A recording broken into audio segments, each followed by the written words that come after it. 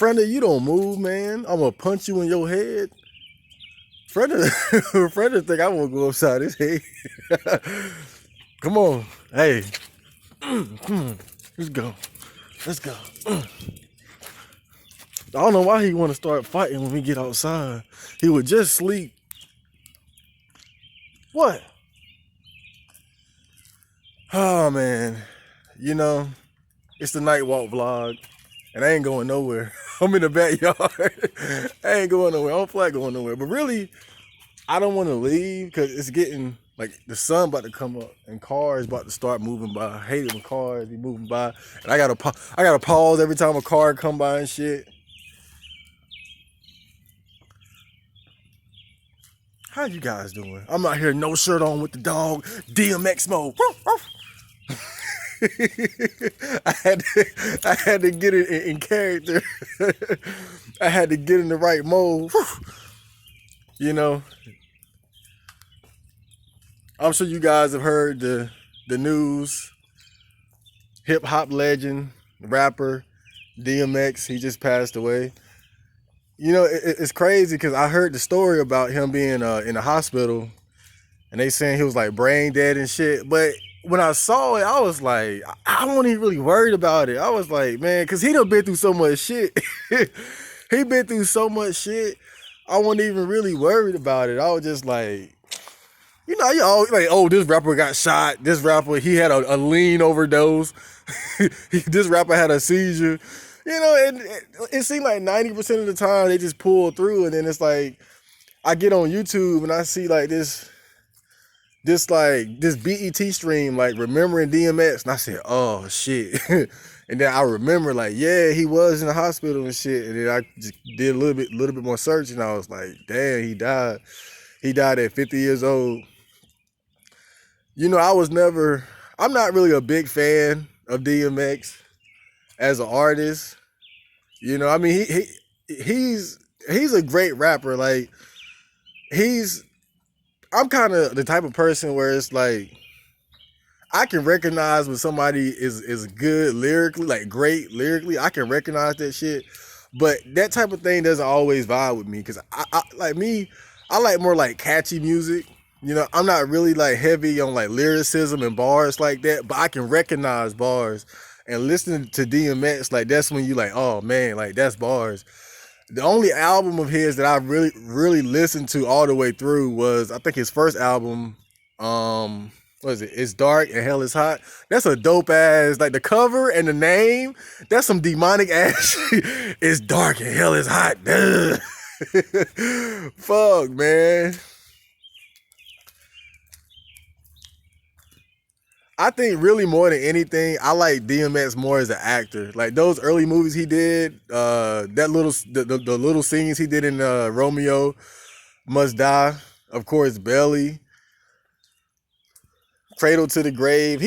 Man, I feel like, you know, I know most of his accolades come from rapping, but honestly, I feel like he's kind of an underrated actor. He was a good ass fucking actor, dude, and just, man, you want to talk about a rapper just being huge. I mean, like DMX is has to be one of the greatest like rises to fame out of like any rapper, bro. Like, I mean, just the album sales. I mean, I'm talking album sales, man. This motherfucker was selling albums like crazy. The whole Rough Riders movement. I mean, even I can remember when I was a kid, that was when he was like coming up, and I wasn't really into rap then, but you couldn't help but notice him. You couldn't help but see him. You couldn't help but notice him as like, you know, a big name in the rap industry. And that's just how big his celebrity was. Even someone like me who really wasn't into music at that time, like I knew who the fuck he was and shit like that. But, you know, I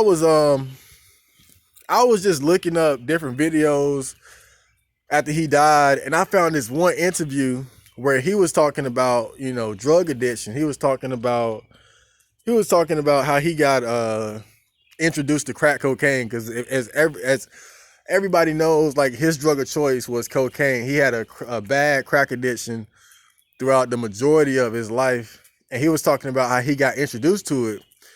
And he said that when he was 14, he was hanging out with some friends and shit.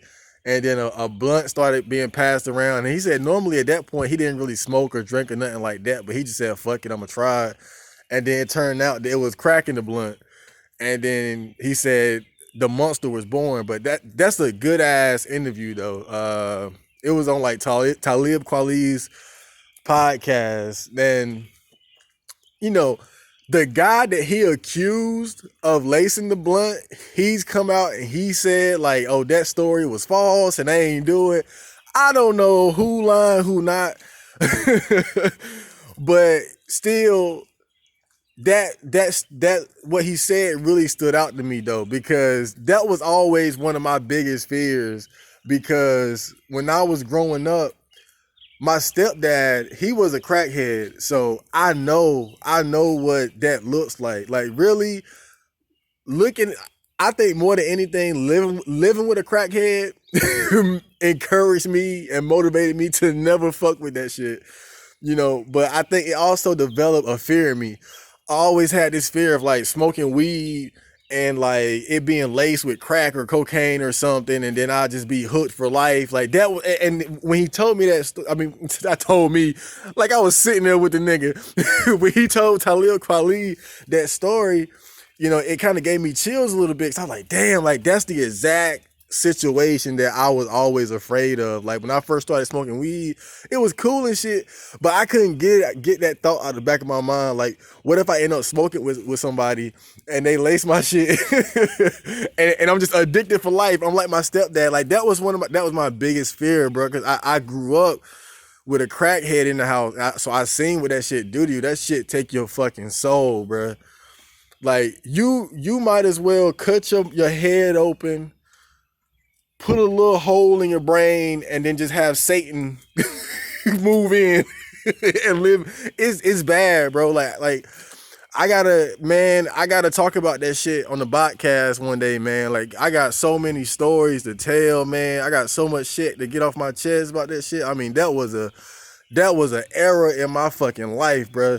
living with a crackhead, goddamn. But if nothing else, man, seeing that nigga let me know, man, like that ain't no shit that you fuck with, bro.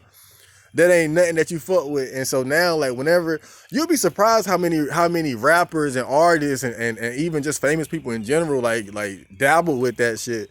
And some of them, they never get off of it. And that crack shit, man, that crack, if you don't get off that shit, you ain't making it to like 60, bro. That crack, bro. That crack take about 20, 30 years off your life. Like my stepdad, he died, I think around the same age as DMX. DMX died at 50. I think my stepdad died around 52. That shit take about 20 years off your life if you don't quit that shit. That shit ain't no joke, man. And it's like, you look at DMX in like recent interviews, like look at him like in his prime when he was coming up. You would have never thought that he was smoking crack. You would have never like look, a nigga like, you might think, okay, he's smoking a lot of weed. He might do some pop a bean every now and then. He might even do a line of coke every but you didn't look at him and think crackhead, like he's really like he be smoking straight rocks. But that's what the fuck he was doing, and it's like, wow. But after a while, that shit catch up to you. And so you look at him like, in more recent interviews, you can tell that shit, how it cooked his brain up, bro. Like he's so, like the way he talked and the mannerisms and the jitteriness and all that shit is like, wow. And the crazy thing is, like it reminds me so much of my stepdad, because my mom, she used to say that shit too. Like them drugs cooked his brain up, and that's really what it is. Them drugs, they cook your fucking brain up, bro. And you after a while, you really just not the same. And that shit is scary as fuck looking at that, bro. And it's like, damn, like that's always been one of my biggest fears. But it's kind of crazy though, just that story about how he said he got laced. Because I swear, man, my dad, my real dad, my biological father, he never gave me no advice in life except one thing. I swear, my dad only told me one thing. He said, don't go around hitting everybody blunt. And when he said that, I knew exactly what he was trying to tell me. He was telling me to not go around hitting everybody blunt because sometimes people be putting other shit in they blunts. They be trying to lace you or for really whatever reason. And so when he said that, I knew what he was saying. And so, I was always very cautious of that kind of shit anyway, because I always had that fear. I always had that thought that somebody might try that shit on me. But after that, I really like, maybe after hitting a couple more blunts, I really past a certain point, I made up in my mind like I'm not smoking with niggas no more. I'm not like now I don't smoke, like I don't hit nobody blunt, I don't hit nobody joint. Like if I do smoke, I don't even smoke a lot anymore. But when I do, it's my own shit. I buy my own shit. I roll my own shit, like everything. Like I don't fuck, I don't do that shit no more, because the thing is, like, that shit real. Like, people will lace your ass up. They gonna lace you up like a pair of damn Reeboks. You better believe it. And the worst thing about it is that it be your friends. It be your homies that do it. That's the worst thing about it. It'll be the nigga that you think you cool with it. And the thing is, I know people who been laced. I know people who got laced with like spice and shit. I done seen people lace other niggas.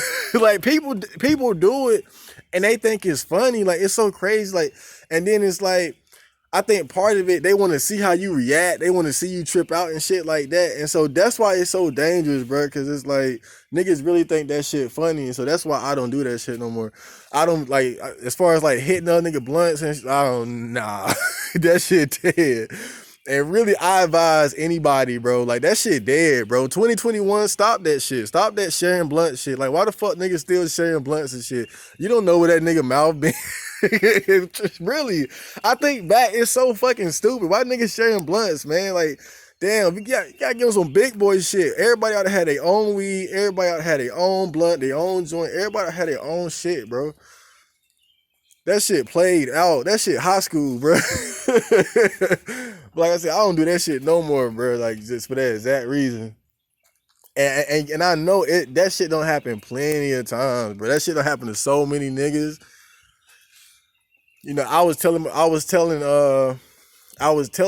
my niece, cause she get at that age where I know it's coming up. She getting at that age where it's like, she gonna have to start making those decisions as far as her relationship with drugs and vices. She gonna drink, she gonna smoke cigarettes, she gonna smoke weed, whatever. And I told her the same shit that Papa told me. I was like, well, look, I ain't gonna tell you not to smoke weed. I can't tell you that. I'm sitting in the room. I'm sitting in the room scared, paranoid. And so I ain't gonna tell you that. But I told her straight up, like, don't, whatever, if you gonna smoke, but don't go around hitting other people's blunts, bro. I don't care if it's your best girlfriend, your boy, fuck all that shit. I don't care who it is. Smoke your own shit. Smoke your own shit, bro. Smoke your own shit. It be your homies. It be the people. Anytime I hear a story about somebody getting laced, they with their friends. It ain't never like, oh, I was in DC with these niggas I ain't know. It's like, it be the motherfuckers you know.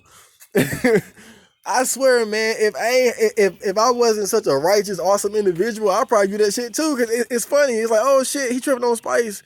Oh shit, I put crack in the blunt. That shit sad as fuck though, bro. Like, it's what them damn drugs do to you, bro. That shit get a grip on you. I feel so fortunate that I sidestepped that. I fell into my own bullshit. I got my own vices. I got my own problems, bro. But damn, when you look at these celebrities, man, like geniuses, like really genius individuals, bro. I was just watching a fucking Chris Farley documentary, and he had a similar problem. Like, he was a fucking comedic genius, but them drugs. When you listen to DMX spit, that energy, and not only that, but his lyricism, his bars, he was a true hip hop artist. I mean, it put a motherfucker like me to shame. That shit inspired me to get more serious about what the fuck I do. But it's what them drugs take away from you, dog. Like, that shit is like, it's insane, bro. But moving forward, man, like, our generation, my generation, and their generation, we gotta leave that drug. We gotta leave that shit in the past, bro. That shit it don't took so many people. It don't took so many of our brothers. We gotta leave that shit in the past, bro. All that bullshit, except we. Look, we ain't gonna get that up. Niggas ain't gonna get. You might well erase that. But bro, like the perks, the Xanax, the lean, the ecstasy, the crack, the cocaine, the heroin, the fentanyl, bro. Leave that shit. Leave that shit in the past, bro. Leave that shit back in damn the 80s and 90s and all. Like, bro, fuck that shit, dog. That shit ain't doing nothing good for nobody, bro. Leave that shit alone, bro. Rest in peace, DMX. And look, your boy Chad Marco, if I give you any advice, I don't like giving niggas advice, but I'm gonna tell you one thing: don't hit other niggas blunt. That's the one thing I'm gonna tell y'all niggas. Jana.